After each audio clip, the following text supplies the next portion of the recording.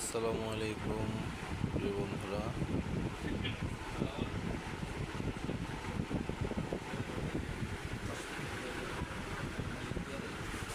Hamko tiger 36 3.5 KVA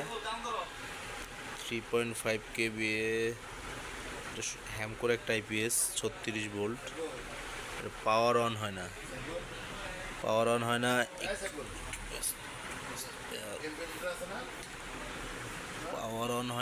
এটা হলো এই যে একটা আইসি আছে,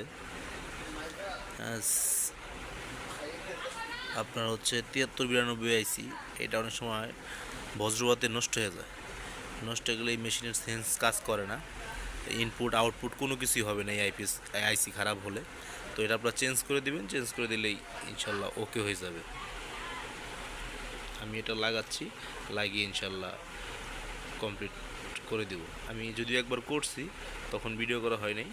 তো এটা ওকে হয়ে যাবে, এটা লাগানোর পরেই আপনারা চেক করতে পারবেন। ধন্যবাদ।